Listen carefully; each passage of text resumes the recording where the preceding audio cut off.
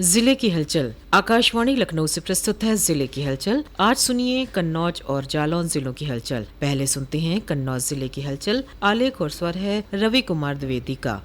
कन्नौज जिले में रंगों की महापर्व होली को बड़े ही हर्षोल्लास के साथ मनाया गया। बच्चे, बड़े और जवानों ने जेल में कैदियों द्वारा तैयार किए गए हर्बल अबीर गुलाल को होली में प्राथमिकता दी। नगरों से लेकर गांवों तक बैंड बाजों के साथ खूब चांचरें निकली। फाग और होली के लोक गीतों की धुनों पर रंग अबीर गुलाल से सराबोर युवाओं ने उत्साह के साथ एक दूसरे को रंग लगाया। खेत खलिहानों तक फगवारे फगुआ गीत गाने में मशगूल रहे। प्राचीन परंपराओं के प्रति कन्नौज के लोग अभी भी बहुत सजग हैं। लोगों ने एक दूसरे के गले मिलकर होली की बधाई दी और पकवान खिलाकर मुंह मीठा भी कराया। कन्नौज जिले में चतुर्थ विश्व कल्याणात्मक 1108 कुंडी मृत्युंजय मां पीताम्बरा महायज्ञ का भव्य आयोजन नगर के बोर्डिंग ग्राउंड में 29 मार्च तक होगा। मुख्य यज्ञाधीश स्वामी रामदास जी महाराज ने बताया कि विश्व कल्याण की भावना को लेकर महायज्ञ का आयोजन हो रहा है। पहले प्रायश्चित कर्म एवं 10 वेद स्नान, नांदीमुख श्राद्ध और यज्ञोपवीत संस्कार हुआ। इसके बाद 18 मार्च को विशाल भव्य कलश यात्रा का आयोजन हुआ। 19 मार्च को पंचांग पूजन और मंडप प्रवेश एवं वेदी पूजन हुआ। 20 मार्च को अरण मंथन से अग्नि भगवान का प्राकट पूजन एवं यज्ञ देव कार्य आरंभ हुआ। यज्ञ देव कार्य प्रतिदिन 2 पाली में हुआ, जो आगामी 26 मार्च तक निरंतर चला। 27 मार्च को यज्ञ पूर्णाहुति, सयोदान, प्रायश्चित हवन और 28 मार्च को विशाल भंडारा एवं भस्म वितरण होगा। जबकि 29 मार्च को विसर्जन कार्यक्रम का भव्य आयोजन होगा। महायज्ञ में प्रदेश के कोने कोने से बड़ी संख्या में श्रद्धालु पहुंच रहे हैं। प्रशासन ने महायज्ञ की सुरक्षा के लिए कड़े इंतजाम किए।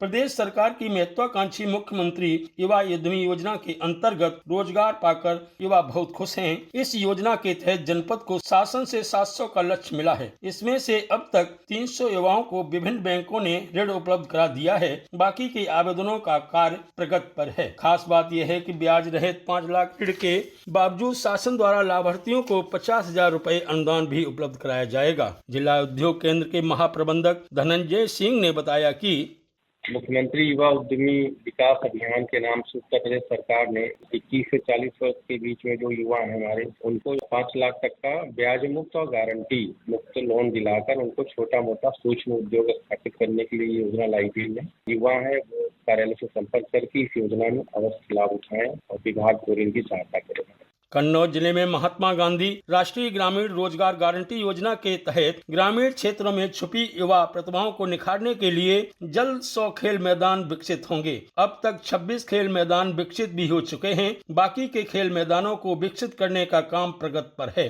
गाँवों में खेल मैदान विकसित होते ही ग्रामीण युवा प्रतिभाएं निखरेंगी और नाम भी कमाएंगी।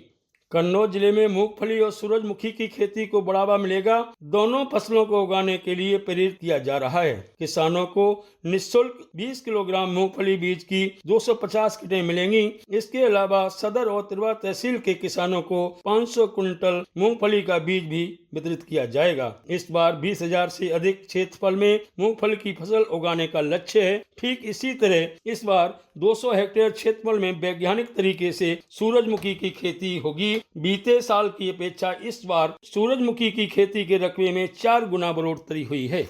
कन्नौज जिले की 281 ग्राम पंचायतों और 28 निकाय क्षेत्र में डिजिटल लाइब्रेरी का संचालन होगा। इन लाइब्रेरी में इंटरनेट सुविधा के अलावा किताबों, पत्रिकाओं और समाचार पत्रों की सुविधा मिलेगी। इससे युवा पढ़ाई लिखाई कर आत्मनिर्भर बन सकेंगे और छात्र छात्राएं अध्ययन कर प्रतियोगी परीक्षाओं की तैयारी भी कर सकेंगे। नगर निकाय और पंचायती राज विभाग की ओर से ग्रामीण और शहरी क्षेत्रों में डिजिटल लाइब्रेरी स्थापित कराई जा रही है। जनपद में 8 ब्लॉक और 8 ही नगर निकाय हैं। 8 ब्लॉक की 288 ग्राम पंचायतों और नगर निकाय क्षेत्र में 28 डिजिटल लाइब्रेरी बनाने का लक्ष्य है। अब तक 7 ग्राम पंचायतों में लाइब्रेरी की स्थापना हो चुकी है। लाइब्रेरी में NCERT की पुस्तकें भी रखी जाएंगी। कन्नौज जिले में जीरो पावर्टी योजना के अंतर्गत प्रत्येक गांव के 25 गरीब परिवारों को चिन्हित कर योजनाओं से लाभान्वित कर गरीबी रेखा से ऊपर लाया जाएगा। शासन की मंशा है कि लाभार्थियों की वार्षिक आय 1,25,000 रुपए की जाए। शासन ने वर्ष 2026 तक प्रदेश को गरीबी से मुक्त करने के लिए कदम आगे बढ़ा दिए हैं। जिले की सभी 499 ग्राम पंचायतों में 25-25 गरीब परिवारों को खोजने का काम प्रगति पर है। उन्हें मूलभूत सुविधाओं जैसे आवास, शौचालय, गैस कनेक्शन, बिजली कनेक्शन, पेयजल कनेक्शन आदि से जोड़ा जाएगा। इनकी वार्षिक आय 1,25,000 रुपए की जाएगी। जिले के सभी 8 विकास खंडों में 12,475 परिवारों को योजना के तहत लखपति बनाने का लक्ष्य निर्धारित किया गया है। अब तक 11,710 गरीबों को चिन्हित किया जा चुका है। कन्नौज जिले की हलचल के बाद आइए सुनते हैं जालौन जिले की हलचल। आलेख और स्वर है सुनीता सिंह का।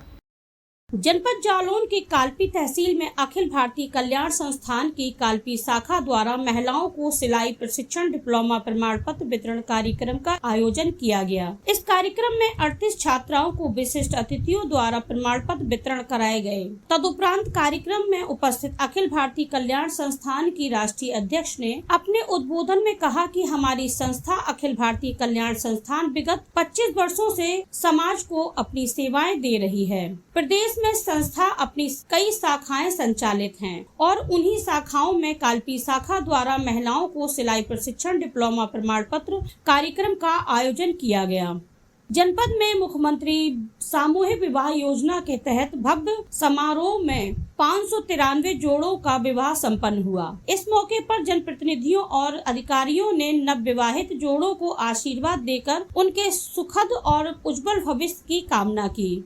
अधिकारियों और जनप्रतिनिधियों ने नव विवाहित जोड़ों को प्रमाण पत्र वितरण किए और उनके सुखद भविष्य की शुभकामनाएं दी। इस मौके पर सदर विधायक गौरीशंकर वर्मा ने मुख्यमंत्री सामूहिक विवाह योजना को गरीब परिवारों के लिए वरदान बताते हुए कहा, यह योजना वंचित वर्गों को न केवल आर्थिक सहायता प्रदान करती है बल्कि उनकी बेटियों की शादी का बोझ भी हल्का करती है।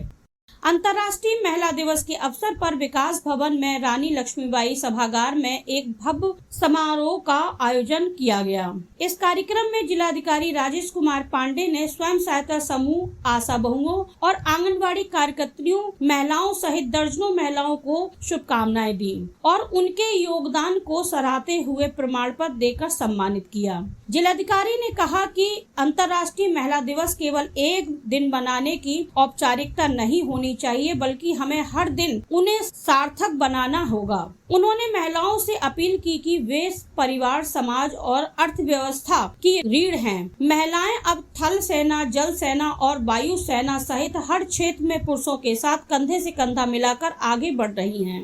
विभिन्न क्षेत्रों में उत्कृष्ट कार्य करने वाली महिलाओं को प्रमाण पत्र देकर सम्मानित किया। जालौन में नव चयनित आंगनबाड़ी कार्यकर्तियों की नियुक्ति पत्र वितरण किए गए। विधायक बांधवगढ़ मूलचंद निरंजन द्वारा महिलाओं को आंगनबाड़ी कार्यकर्तियों की नियुक्ति पत्र वितरण करते हुए उन्हें बधाई दी।